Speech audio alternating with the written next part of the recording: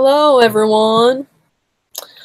I have a little bit of time, so I wanted to talk about a couple things. We're back. Itzmoe Live number 2. I guess 2.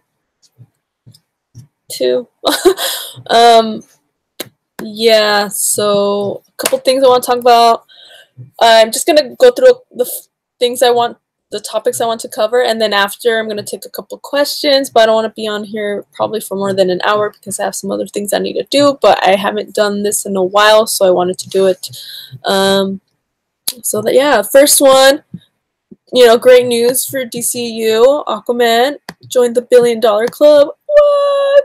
$1 billion. Oh, that was horrible.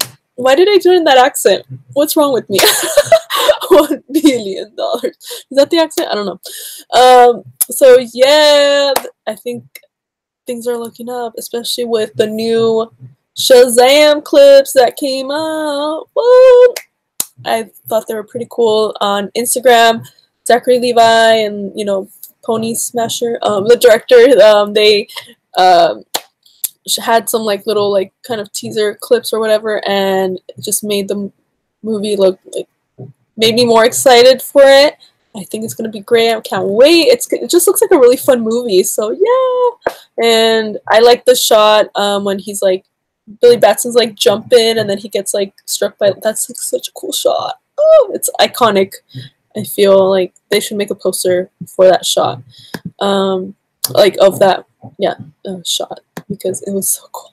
So yeah, that makes me excited. Hopefully I'll get to go to the premiere for that one. Yeah, we'll see. Speaking of, earlier we were speaking about Aquaman.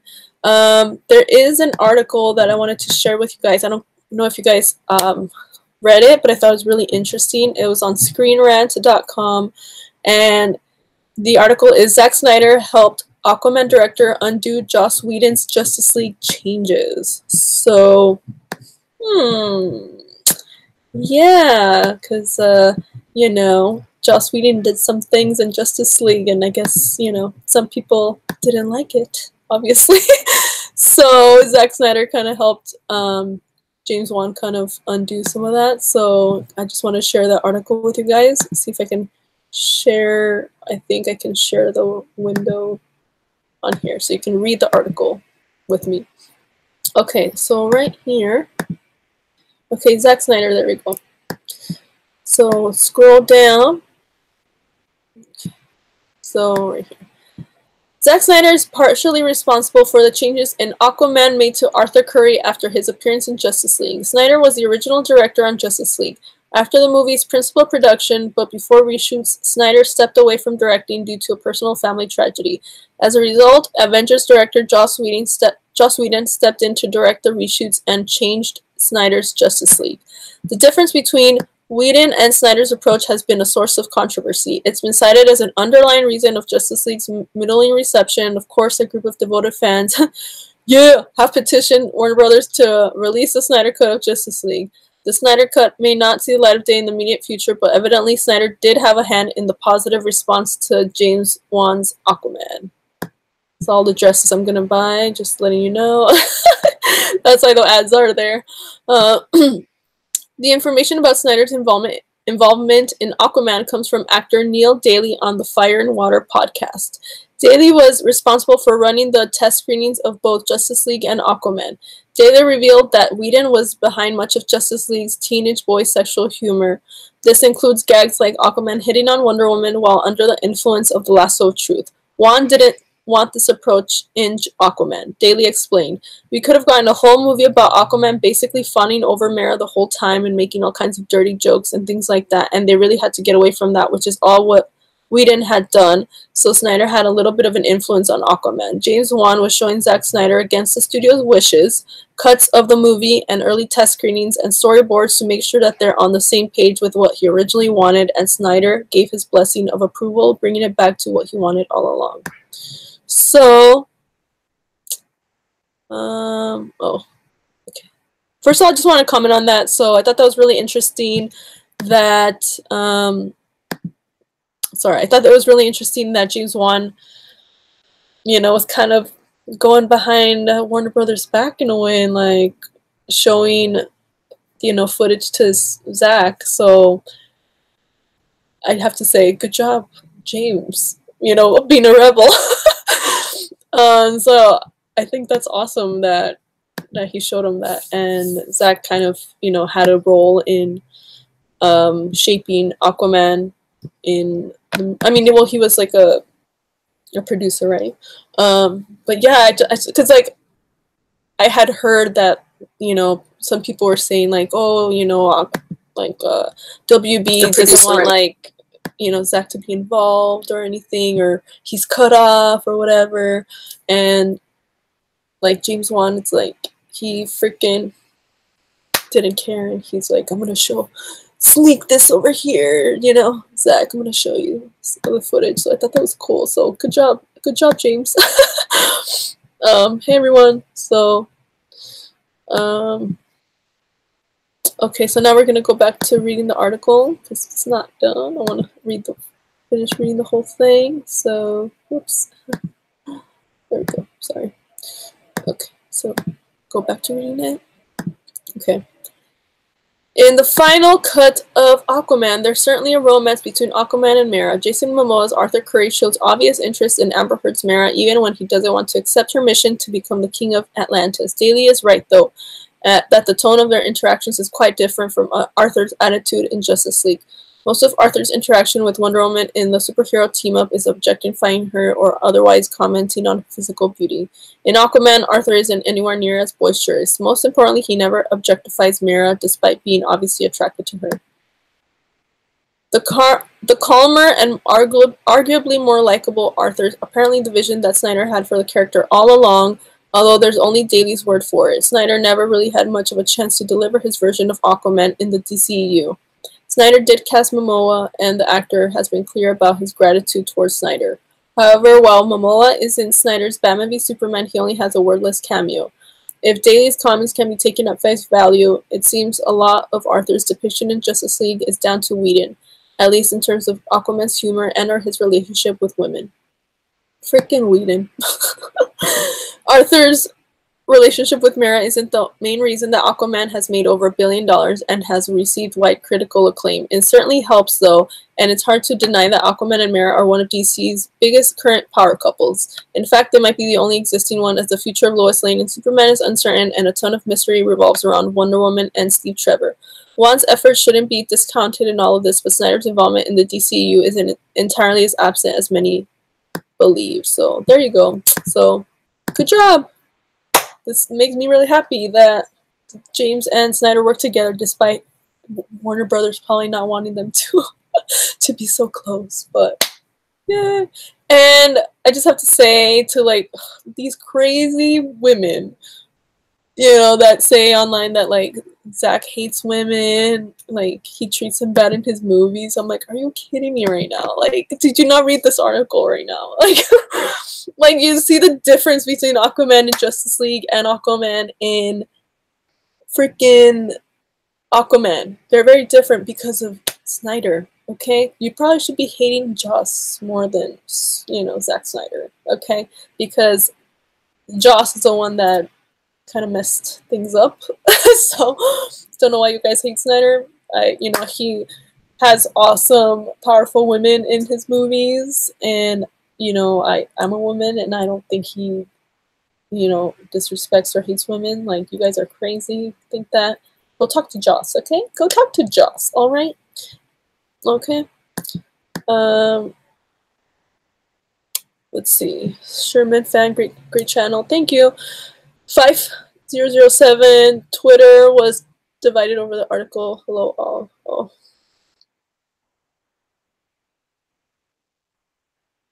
Hola. Oh my gosh. So many comments. Hello everyone. Andres Rivera. Zack Snyder hates women. He made a movie with BA women. Yeah. Dr. G and the mutants. That's BS. Those morons are being so ignorant. F them. Why do people act like Zack Snyder's a bad guy? F them. Yeah, I know. And he's so nice. Like, he's just like a nice guy in general. Like, at least he didn't cheat on his wife. Oh, Justin, drop the mic. Oh, yeah, and cheated on their wife? Who cheated on their wife? Woo! Yeah. Oh wait. Let me do this properly. Okay. Okay. All these women hating Zack Snyder, okay, and saying he hates women, but they freaking love Joss. They don't say anything about Joss. All I have to say is, who cheated on their wife? Booyah! Drop. Mic drop. Who cheated on their wife? Who cheated on their wife? Just saying. Just saying. Okay. One more mic drop.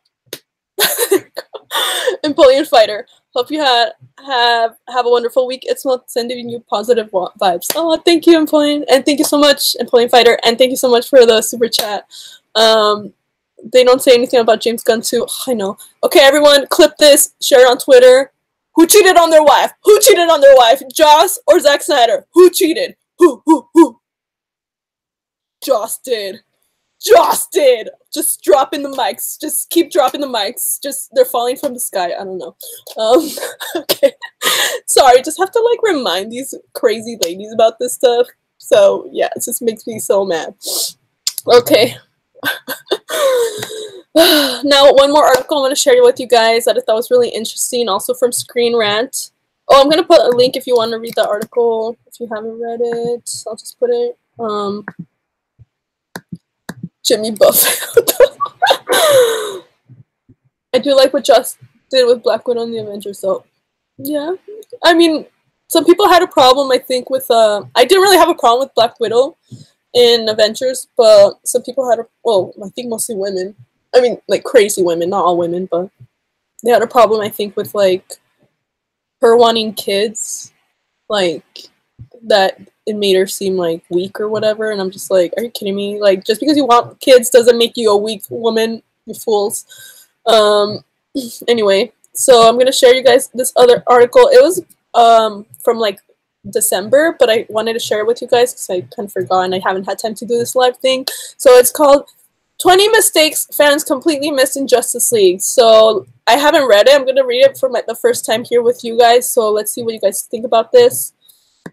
So let me share this with you guys.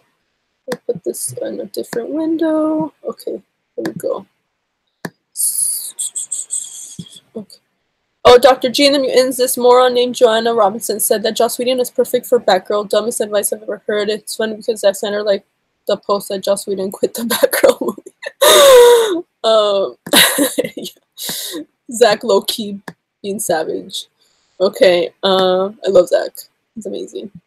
He follows me on Vero. So, yeah, he likes me. So Zack doesn't hate women. Alright, no, just kidding. Just because he likes me doesn't. I'm just saying. I'm happy he follows me on Vero. Okay, so 20 mistakes fans completely missed in Justice League. So let's see if we actually did miss this. Maybe I did because I sometimes miss things like this. So, alright. Justice League was set up to be the revival of the DC franchise. After the success of Wonder Woman, the movie was expected to continue the legacy and bring DC back in the spotlight. However, the curse of two directors took a toll on the film, and there were many continuity and production errors that ultimately resulted in a disjointed and confusing storyline. The movie's production started with Zack Snyder, the King of Darkness, and a DC filmmaker known for the doom and gloom. Oh, God, fools. Excuse me, it's called being deep, okay? And actually, like, being an artist and having meaning and putting meaning into like every little detail like Zack is like that Zack does. Like, ugh, you just don't get him. You don't get Zack Snyder. That's all I'm saying.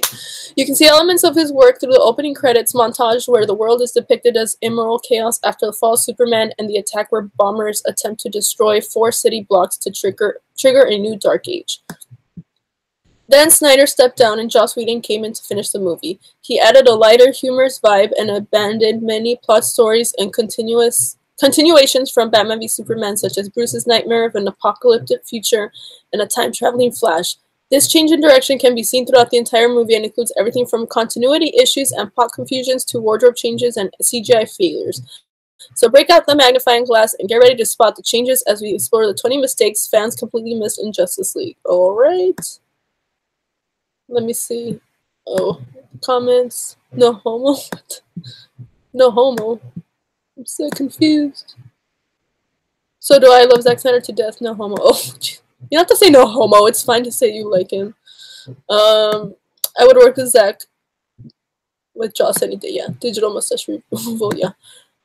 Let's see. Aquaman can't keep his shirt on. During Superman's resurrection scene, all eyes were on the Man of Steel. However, if you pay attention to the Man of Water, you may have noticed something unusual about his clothing. To start the resurrection process, Aquaman places Superman into the waters of the Kryptonian ship's Genesis chamber. He wades out into the water wearing his metallic armored suit. Then Cyborg goes up to the mother box and you can catch a glimpse of Aquaman in the background.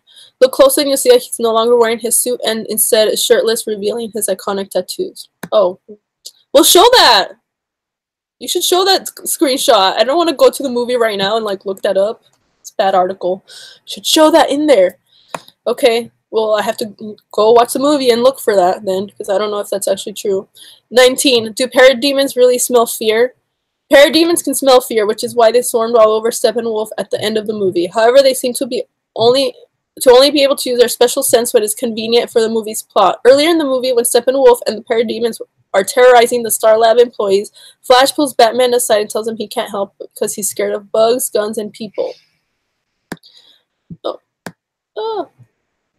However, even with the parademons in the next room, they're incapable of smelling the fear that's resonating off Flash. During the final battle, the parademons also don't swarm towards the family that's evacuating when they're clearly terrified as well. Okay. I don't know, that didn't really bother me, but... 18. The janitor at Star Labs has the wrong badge. When Cyborg is first introduced, we see his dad working at Star Labs. Before going home, he stops to talk to a janitor who reveals to the audience that his son has passed away. If you take a look at the janitor Star Labs employee's badge, you may notice that it doesn't quite look like him. The picture on the badge seems to be an older gentleman with white hair. Oh my god, like really? That's not even... That's just a props department, but... I guess. I don't know, but that's nothing like that bad. Like, who's looking at that? You're so, like, nitpicking. Like, really? What does that have to do with the movie? Like, with the story? It doesn't. A couple of scenes later, we see the janitor again mopping the floors. However, he must have figured out he was wearing the wrong badge because now he has one that looks like him. Okay. Well, show that! Show the screenshot of the difference. This article didn't do a good job with the writer. Didn't do a good job. You should get screenshots to show us and compare what you're talking about. Like, you know, we need to see what you're talking about. Okay, 17. Aquaman doesn't know piranhas. Hi, Cinema Savvy. Con Stevens, screenwriter's garbage tier. Who has time to see a badge? Yeah, I know, right? And that has nothing to do with the story. Like, God, so annoying. Okay, 17. Aquaman doesn't know piranhas. After Aquaman becomes subjected to Wonder Woman's lasso of truth and starts rambling about his feelings, he tells Flash, "You say a word about this, you'll meet every piranha I know." However, this seems like an empty threat because Aquaman probably doesn't know any piranhas. Okay. Aquaman is from Atlantis, which is located in the North Atlantic Ocean, and piranhas live in the lakes and rivers of South America. Seeing how Aquaman spends most of his time in salty ocean water, he has probably never come into contact or met a vicious freshwater piranha. Aquaman seems to be all talk and no action. Oh my gosh. Who? Wow, you have like a lot of time to research that. Okay, I'm sorry, but like, it seems like they're just like nitpicking. Like, like, I don't think that really affected the story. Like, and it's just funny to me. Like you really have a lot of time in your hands to like. It just seems like you're, like, trying to find any little thing. I'm not saying the movie was perfect. I'm not saying the movie was perfect. But, like, those criticisms are just funny. Like, out of all the things to criticize, like, wrong badge, like, for, like, a minor character. Or, like, that he might not know piranhas because they're in a different ocean. That, okay. But he's the king of the seven seas, right? So, like, right? It was seven seas or just Atlantis? I don't know. He can get piranhas if he wanted to, okay? But it's just like, that's not even that big of a deal. Like, God. God. Okay, I'm just gonna read the next one. Let's see if they have other amazing criticisms or things, amazing mistakes that really messed up the movie. Okay, 16. A moped or a motorcycle? As the parademons descend on Russia, we watch as they take over a family's home. If you pay close enough attention, though, you may realize something in the yard changes throughout the scenes. When the family's home is first shown, there is a small moped outside of their house. However, in the next scene, the moped transforms into a large motorcycle. As the family runs out of the house, they run past the motorcycle, but it has magically turned back into a moped. However, as they drive away from the home, the kids take one last glance at their former home and see a motorcycle resting against the house once again. Oh, wow. Yeah, I totally missed that because, like, that's not a big thing, so... And yeah, it probably maybe had to do with, like, both Joss and Zach working on it, but it's just, like, yeah, who's gonna notice that, really? Because that really has nothing to do with it, but okay, you noticed that, cool. 15, the moving police car. When Superman is resurrected, he has no... And again, why don't you show the pictures? Why? Okay, see, look at the picture they're showing this. This has nothing... Show us your evidence of whatever you're talking about. Show it to us. Like, you're gonna be more credible. Instead of like, oh, now I have to go look at the entire movie and go to the exact moment. Like, make it easy for the... Just show us a screenshot so you seem more credible about what you're talking about. It's like, ugh, it's so annoying. When Superman is resurrected, he has no recollection of who he is and starts to assault the rest of the Justice League. He tries to use his heat vision to attack Cyborg, but instead hits a police car after Cyborg's quick deflection. The cop car catches on fire, and we can see the remnants of it behind Cyborg after the attack. However, in the next scene, the exploded car somehow ends up behind Superman. It's very odd, since it seems as if the car simply teleported its way to safety behind the Man of Steel. Again, you're not showing us the screenshots, you're showing this! Show us the screenshots that show what you're talking about. This is so annoying. Oh, now I have to go look through the entire movie for these things. 14. The case of the disappearing green goo. After Aquaman saves the fisherman from a devastating storm, he heads to the bar for a rewarding glass of whiskey. When he gets his drink, though, Aquaman notices that his hands are covered in a green goo, which he also managed to leave on the whiskey glass. After he drinks his glass, he reaches for the entire bottle, and you might notice that he no longer has goo on his hands. It simply disappears. The glass Aquaman was once drinking out of it is also sitting on the table without any goo on it. So maybe he just imagined the goo, or maybe Aquaman had a few too many glasses of whiskey. Okay. Okay. Yeah, I didn't notice that either. Okay, 13. Bruce Wayne's facial hair. When Bruce meets up with Diana and tells her that he thinks there's an attack coming, they are chatting inside the Batcave, and the Dark Knight has a light, scruffy beard.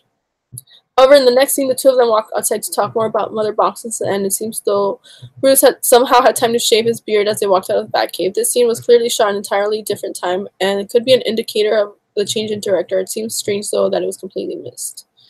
Yeah, I think that was a change in directors. And also, like, that's like one way you can kind of tell which one are Zach's scenes and which one are Joss's scenes, because, well, first of all, Henry's lips, when his lips look nice and natural, those are Zach's scenes. When his lips look all messed up, that's Joss. And then with Ben, it's like his face, like when it's more a little fuller, that's a Joss scene. When it's a little more, you know, I guess slim, that's Zach's scenes. And it's like, show us in the article the screenshots. It's so annoying. That's like, they're not doing that. And then the screenshot that they're actually showing, like, I think that's like from a scene that's not even in the movie. It's one of those that was cut out. I think, wasn't this cut out? Like, this was in the trailer, the scene with Diana and Bruce. It was in the trailer when she was like, oh, he said no or whatever. But I think that was like one of those that ended up getting cut. So you're showing us a scene that wasn't even in the movie. Like, ugh. This article, like, come on, show us what you're talking about, the screenshots. Ugh. Can we just read the comments? We all know Justice League was in Zack Snyder's movie, regardless of him being credited as director. And yes, I was in a few episodes of Masked Singer in the audience. Woo! Frankie, hi Frankie, howdy. Yeah, use that Screen Rant article is nitpicking tiny problems. I hate articles like that. However, makes me want to see Justice League again. The scene was cut by Whedon and it was in trailers. Yeah, see? Yeah, that was cut. Garbage tier. You're asking far too much of someone with a sub. Shorty, what? Oh. Okay, so we're gonna keep going. Let's see, the Gang of Parademons. Oh gosh. Show us. Again, it's not going to show us probably what they're talking about. Okay. When Steppenwolf is unifying the mother boxes, there is an entire CGI scene that places emphasis on the villain and his master plan. However, the crew probably spent too much time on making the scene look epically cool that they forgot to think about continuity. Originally, when Steppenwolf is first shown, he has a swarm of parademons standing right behind him to showcase his power. Okay, finally, you're actually showing what you're talking about right here. Then the camera zooms out and the parademons disappear. After this, the audience gets a glimpse of some of the destruction the unification is causing, and when the shot returns back to Steppenwolf, parademons behind him magically return. Okay, well, you showed part of it, but you didn't show the other part where you say they're not there. Show us both to compare, you fool. I'm sorry. But this is so annoying. It's just like, it makes it seem, it would just help you to have evidence of what you're talking about. That's why. It would make you seem more credible. And I'm not saying you're lying, but it's just annoying that we have to go and look through the entire movie. Like, just show us there with screenshots. Okay, 11. Hippolyta's magical cape. As Steppenwolf and his parademons attack the Amazonians after opening the mother box, Hippolyta steals the box and attempts to trap the villain inside their chamber. In a suspenseful scene, the queen rushes to make it under the gate before it closes and steals her in. However, there was no way she would have made it across with her cape still intact. In the scene right before the gate closes, Hippolyta slides across and her cape drags behind her. Then when she reappears on the other side, her cape moves in front of her just to make the slide. This doesn't make sense, and the cape shouldn't have actually made it through the collapsing gate. Oh, God. Okay. Oh, wow. You're really... Oh, it's just too much. Like, who has time to think about that? Like, oh, my God. Okay. Like, okay, I'm gonna really look at the cape. Let's see how the cape is moving. Oh my gosh, okay. 10. The Justice League's hairdo. Throughout the entire movie. Okay, this is obvious because of the, you know, it was the two different directors that shot different times. I did notice Ezra's hair was a little bit different. And again, it's because of the two directors. It's hard, you know, you can get it as close as you can, but sometimes you might not be able to get facial hair or other, you know, hair on your head to look exactly how it looked the first time. They just can get it as close as they can, like, and that's just what happens when you have two different directors and you shot them at like months apart. So yeah, and I mean, I noticed that, but it's not gonna ruin the movie, okay, for me. Throughout the entire movie, it's clear to see that a lot of time passed between some of the shoots. Yeah, exactly what I said. This is because the character's hair changes ever so slightly between those scenes. Yes, I know. The most noticeable hairdo is when Barry Allen meets Bruce Wayne for the first time. As the two are talking, the shot cuts between close-ups of Bruce or Barry. However, if you pay close attention to Barry, you may notice that his hairstyle changes during the conversation. This most likely indicates the scenes were shot at a very different time, or Barry's hair also grows at the speed of light. Yeah, like I said, like, that's something that we knew, like, that scene. I know Zach first shot that scene, and I know Joss added some other stuff, you know, later. So yeah, that's why it looks different. So that's what happens. Like I said, you can get it as close as you can, but you might not get it exactly, especially if, you know, maybe, I don't know. It's just, you can do as best as you can. But yeah, that's because of the two different directors, like I said. Okay, number 9, Jim Gordon's disappearing book. At GCPD headquarters, Jim Gordon is walking through the precinct and talking to another officer about the mysterious Star Labs attacks and a suspect that looks like a giant vampire or giant bat with two huge fangs. When the scene first starts, Gordon is holding the book in his right hand while walking with the other officer. However, when the officer hands him the file, in the very next shot, Gordon's book disappeared. It miraculously vanishes so that Gordon has an empty hand to pick up the files on parademons. Oh my gosh. Wow. Yeah. Who's gonna look at that? And first of all, I hope, you know, you're not blaming Zack Snyder for this. I don't think you are, but hopefully you're not. But I mean, also, like, these mistakes, maybe, I mean, they're small, like, like, you really were nitpicking, but also you have to think about how Warner Brothers was rushing this movie. If maybe Warner Brothers hadn't rushed the movie, they would have had more time to, like, really make sure everything is perfect. Okay, remember, you were holding the book in this hand and blah, blah, blah. If they had the time, then maybe we wouldn't have had as many of these mistakes, but Warner Brothers was rushing this movie, okay? So they are partly to blame for this, because you can't, anyone who's, you know, like me as an editor, okay, you cannot rush something and expect it to be good, okay? It's either going to be good, cheap, or fast. You can have two of them, but you cannot have all three. You can't have something good and cheap and fast. It's either gonna be good and cheap. Can you do cheap? God, did I say the wrong ones now? So if you rush something, okay, it's not gonna be good. Okay, I know as an editor. Okay, if you want quality, you need to give me time. Okay, so if you want quality, if you want it to be exactly perfect, Warner Brothers should not have rushed it. Okay, but they rushed it, so that compromised some of the quality. Okay, so Warner Brothers is also to blame for some of these mistakes because they freaking rushed the movie. I would have waited. I would have waited longer for a better movie. Okay, maybe Zach was like, oh, maybe I can finish it in a year or something like that. I would rather wait a year and have Zach finish it, and then we get the movie that he wants, but that's not what they wanted. So, because I think, good things come to those who wait. Quality is worth the wait. Wow, that kind of like rhymed. Oh, not really, because I rhymed wait twice. So yeah, if I was like head of Warner Brothers, I'd be like, take all the time you need, because I would rather wait and have a better movie than rush it and have it be like, bleh, bleh. Okay, so yeah, that's why you have a lot of these little mistakes. And again, these mistakes are not things that like really radically change the story. So it's just little things that you notice because you have too much time, I guess. Okay, 8. Wonder Woman's shield. During the Justice League's first fight with Steppenwolf, they're in the underground tunnels of Gotham when a missile causes Gotham Harbor to flow right onto the battleground. While the heroes are watching the water enter the tunnels, take a look at Wonder Woman and notice that she doesn't have a shield anywhere near her. However, when Batman starts to take Flash away, Diana says, "You get him out," and her shield magically appears on her left arm. Then in the next shot of her, the shield is on her back when her sword appears in her right hand.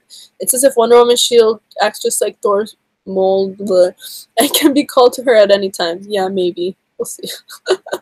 Okay, the self-healing car. Oh, look at Henry's back. So, what a nice back. And again, thank you for showing us the screenshots of what you're talking about here. Jeez. What a horrible... Oh, I took journalism, okay? In high school, so this really bothers me. During the Pet Cemetery battle between Superman and the rest of the Justice League, the Man of Steel throws Batman straight into a Metropolis police car. This puts a huge dent in the vehicle and makes a blue piece fall off its undercarriage. However, when the Justice League unleashes their secret weapon, the car seems to have healed itself. When Lois Lane appears to calm Superman, she stands right in front of the same police car and the fallen blue piece has disappeared. It's not on the ground and nowhere near the car. Again, who cares?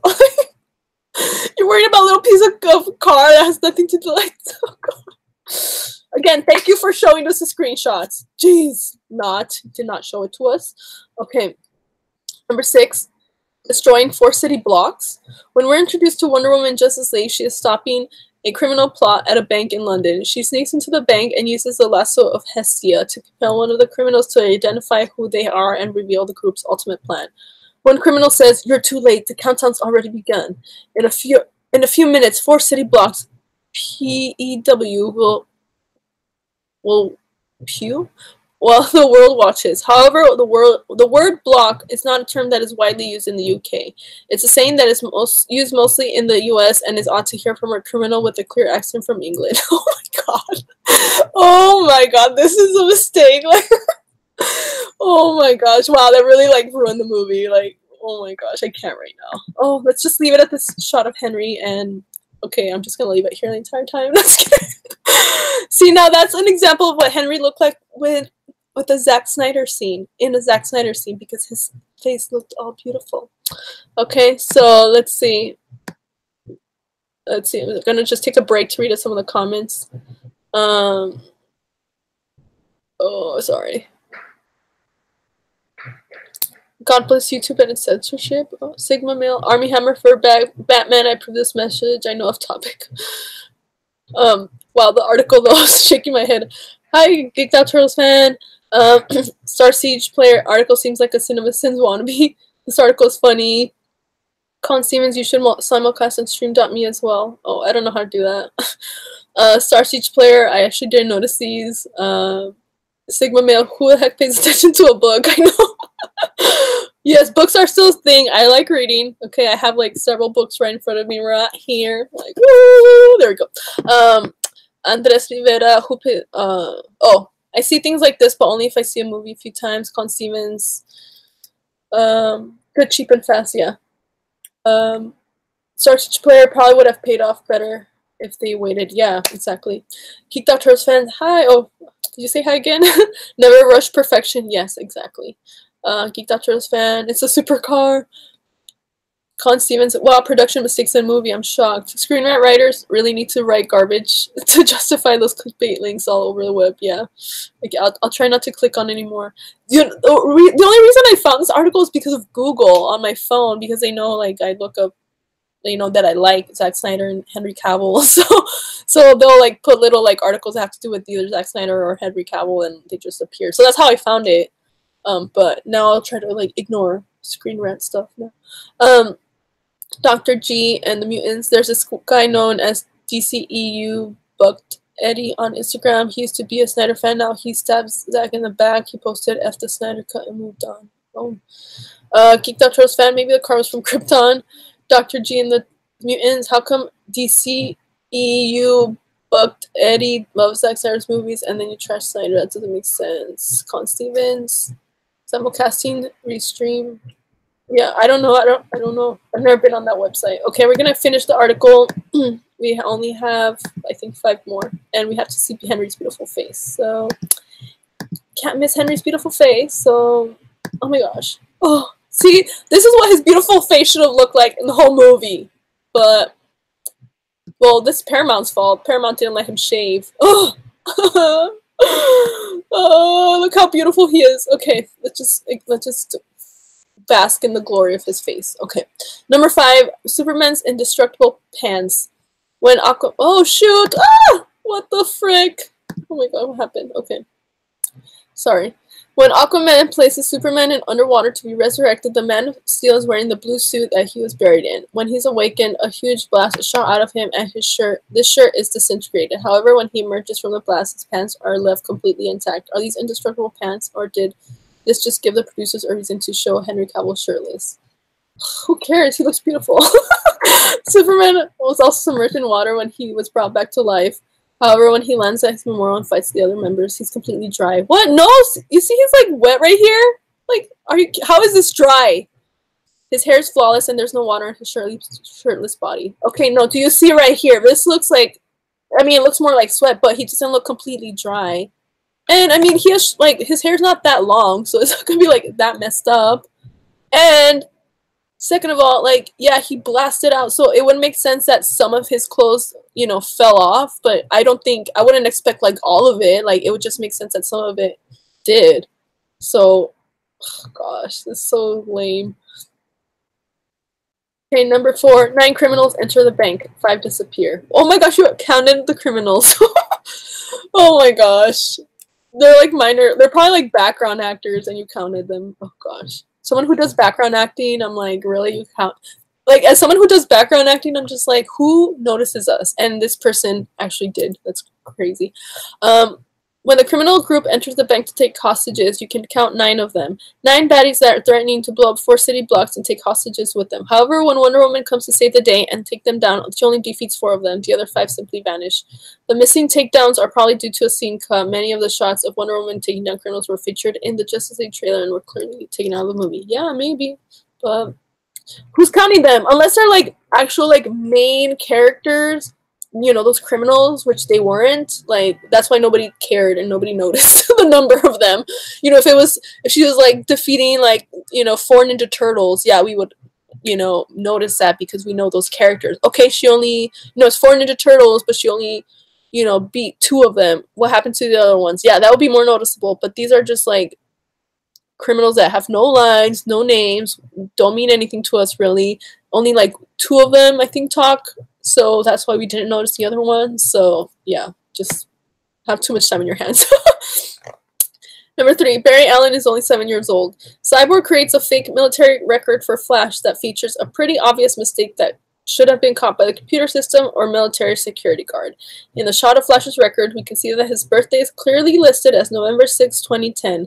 However, this would make Barry Allen 7 years old at the time and well under the age limit for the military. So was it an embarrassing goof made by the producers, or was this a joke and a sign of Cyborg calling Barry child? I don't know, maybe, but oh my gosh, you really looked at that. Like, again, that has nothing to do with the plot. Like, and I guess maybe like the security card should have caught that, but it's just like so little. Maybe it was a joke by the producers. I don't know, but it's so minute that it doesn't really, I think, matter. Okay, number 2, Aquaman's tattoos. As with any movie, it's incredibly hard to stay consistent when creating fake tattoos as extensive as the ones on Aquaman's torso. However, Justice League seems to have completely given up on Aquaman's tattoos. Throughout the movie, the tattoos change ever so slightly between scenes. For example, when Bruce Wayne first meets Arthur Curry, Aquaman goes from having 4 rows of triangles on his pecs to 3 rows during the same conversation. Oh my gosh, you actually counted the rows! Like, oh my gosh, dude. And it's not even that much of a difference. 4 to 3. Oh my gosh, what a difference. Oh my gosh. Who is looking at that? Then, when Aquaman jumps into the water to end the conversation, you can see that he's completely missing the bottom half of his tattoos. Okay, yeah, I wasn't looking there, but because I'm just like following the story. Okay, number 1, the timeline of the mother boxes. The biggest continuity mistake in Justice League involves a complete derailment from Zack Snyder's BVS. In Justice League, Cyborg tells the Justice League that the mother box came to life after Superman was defeated.